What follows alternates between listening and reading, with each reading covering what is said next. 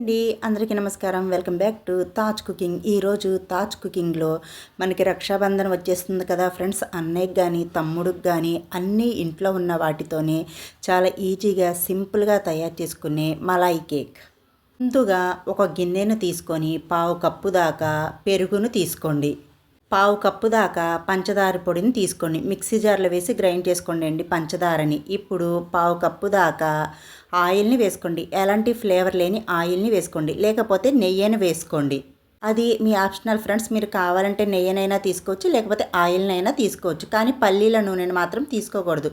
Sunflower ఆయిల్ని తీసుకోండి. ఇప్పుడు ఈ పెరుగులో ఈ ఆయిలు, ఈ పంచదార పొడి అంతా ఎలాంటి ఉండలు లేకుండా బాగా కలుపుకోండి. ఇలా ఈ విస్కర్తో మనం బాగా కలిపేసుకున్నాం కదా ఫ్రెండ్స్. ఇప్పుడు ఒక కప్పు దాకా కాచి చల్లార్చిన పాలను కూడా వేసేసి ఈ పాలు కూడా ఈ ఆయిల్ పెరుగులో బాగా కలిసే విధంగా కలిపేసుకోవాలి.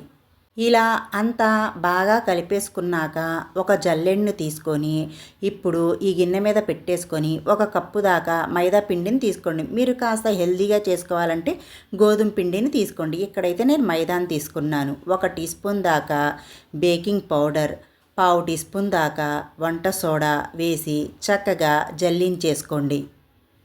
ఇలా జల్లించుకున్నాక ఒక పావు కప్పు దాకా బొంబాయి రవ్వను తీసుకోండి. అదే ఫ్రెండ్స్, మనం ఉప్మా తయారు చేసుకుంటాం కదా, సూజీ రవ్వను తీసుకోండి. ఇక్కడ నేను అన్నీ ఒకే కప్పు మెజర్మెంట్తో చెప్తున్నాను. మీరు అదే విధంగా చేసుకోండి. మీ ఇంట్లో మీరు ఏ కప్పు కొలతతో అయినా తీసుకోండి, కానీ ఒకే కప్పు కొలతతో తీసుకోండి. ఇప్పుడు ఈ బొంబాయి రవ్వను మైదాని అంతా ఒక్కసారి బాగా కలిసే విధంగా ఎలాంటి ఉండలు లేకుండా కలిపేసుకోవాలి.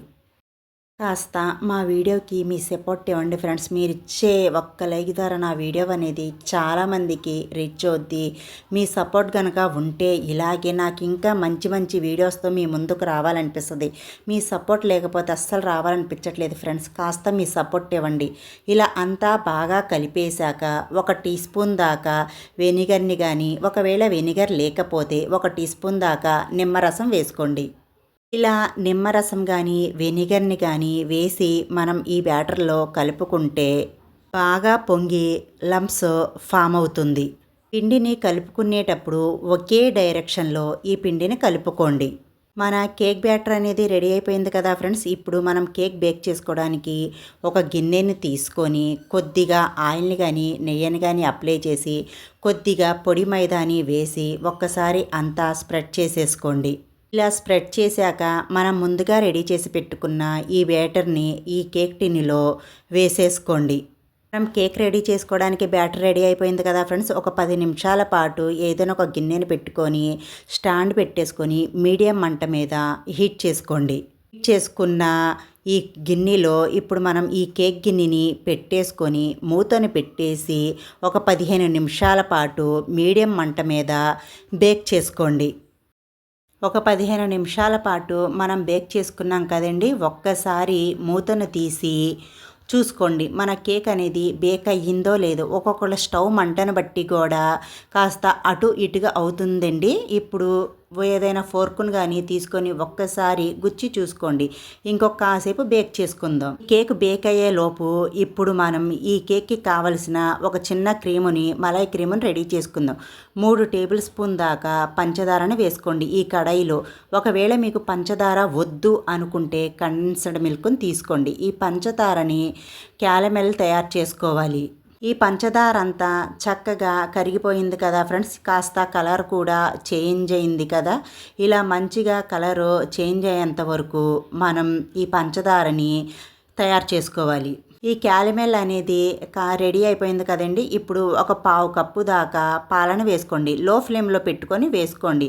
ఈ పాలు వేశాక అంతా ఒక్కసారి బాగా కలిపేసుకోండి. ఇలా కాస్త క్రీములాగా వచ్చాక ఒక 3 టేబుల్ స్పూన్ దాకా ఫ్రెష్గా ఉన్న పాల మీద మేగడ్ని తీసుకొని చక్కగా బీట్ చేసేసుకొని ఈ పాల మీద మేగడ్ని కూడా వేసేసి ఈ పంచదార సిరప్లో ఈ పాల మీద మేగడంతా బాగా కలిసే విధంగా కలిపేసుకోవాలి. మంటను లో ఫ్లేమ్లో పెట్టుకొని మాత్రమే కలుపుకోండి. ఇది అంతా చక్కగా బాగా కలిసిపోయి కొద్దిగా క్రీమ్ లాగా రెడీ అయిపోయింది కదా ఫ్రెండ్స్. ఇప్పుడు మనం ఒక కప్పు దాకా పాలని వేసుకుందాం. ఈ పాలను కూడా వేసేసి అంతా ఒక్కసారి బాగా కలిసే విధంగా కలిపేసుకోండి. మంటను మీడియం ఫ్లేమ్లో పెట్టి కలుపుకోండి. ఇప్పుడు ఒక టీ స్పూన్ దాకా యాలకుల పొడిని వేసుకోండి. ఈ యాలకుల పొడి కూడా వేసేసి అంతా ఒక్కసారి బాగా కలిసేసి ఒక పొంగు వచ్చాక 1-2 నిమిషాలు మీడియం మంట మీద పెట్టి కాస్త దగ్గరగా అయ్యేంత వరకు మనం దీన్ని ఉడికించుకోవాలి. మన క్రీమ్ అనేది రెడీ అయిపోయిందండి. స్టాప్ చేసేసుకోండి. ఇటు సైడ్ కూడా మన కేక్ కూడా చక్కగా బేక్ అయిపోయింది ఫ్రెండ్స్. ఏదైనా ఫోర్క్తో ఒక్కసారి గుచ్చి చూసుకోండి. ఏమీ అంటకపోతే కేక్ అనేది పర్ఫెక్ట్గా ఉడికిందని అర్థం. ఇప్పుడు మనం బయటికి తీసుకొని పూర్తిగా చల్లారాక ఏదైనా నైఫ్తో కానీ చుట్టూత అంచులని కట్ చేసుకోండి. ఇప్పుడు దాని మీద ఒక మూతను పెట్టుకొని చక్కగా స్ప్రెడ్ చేసి ఒక్కసారి 2 సార్లు ట్యాప్ చేయండి. ఇలా ట్యాప్ చేశాక నిదానంగా ఈ కేక్ గిన్నెని తీసేసుకోండి. చూడండి ఫ్రెండ్స్, మన కేక్ అనేది ఎంత చక్కగా బేక్ అయ్యిందో. ఇప్పుడు మనం రెండో వైపుకి తిప్పుకొని ఏదైనా ఫోర్క్తో కానీ నైఫ్తో కానీ ఘాట్లు పెట్టుకోండి. మనం తయారు చేసుకున్న మలాయి క్రీమ్ అనేది లోపల దాకా వెళ్ళాలి కదా ఫ్రెండ్స్. అందుకే ఇలా చిన్న చిన్న హోల్స్ లాగా కేక్ అంతా పెట్టేసుకోండి. మీరు కావాలంటే మలాయి క్రీమ్ వద్దు అనుకుంటే ఇలాగా ఉట్టి కేకునైనా తినేయచ్చు.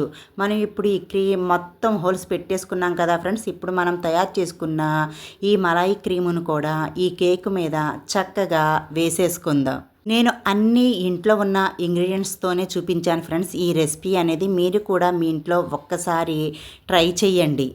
టేస్ట్ అయితే చాలా బాగుంటుందండి. మీ పిల్లలకు కూడా చాలా బాగా నచ్చుతుంది. ఒకసారి ట్రై చేసి నాకైతే కామెంట్ పెట్టేయండి. ఇప్పుడు ఈ మలాయి క్రీమ్ అంతా వేసేసుకొని మీకు నచ్చిన షేప్లో కట్ చేసేసుకొని మీకు నచ్చిన డ్రై ఫ్రూట్స్ని వేసుకోండి. మీ దగ్గర ఉంటే వేసుకోండి ఫ్రెండ్స్, లేకపోతే స్కిప్ చేయండి. అది మీ ఆప్షనల్. ఇంతే ఫ్రెండ్స్, ఎంతో రుచికరంగా ఉండే గులాబ్ జామున్ కంటే సాఫ్ట్గా ఉండే malai cake sweet recipe ready. మీకు కనుక ఈ రెసిపీ వీడియో నచ్చినట్టయితే మా వీడియోకి ఒక మంచి లైక్ ఇచ్చి మీ ఇంట్లో ట్రై చేసి ఎలా కుదిరిందో కామెంట్ చేయండి. మా ఛానల్ని సబ్స్క్రైబ్ చేసుకోండి. Bye friends.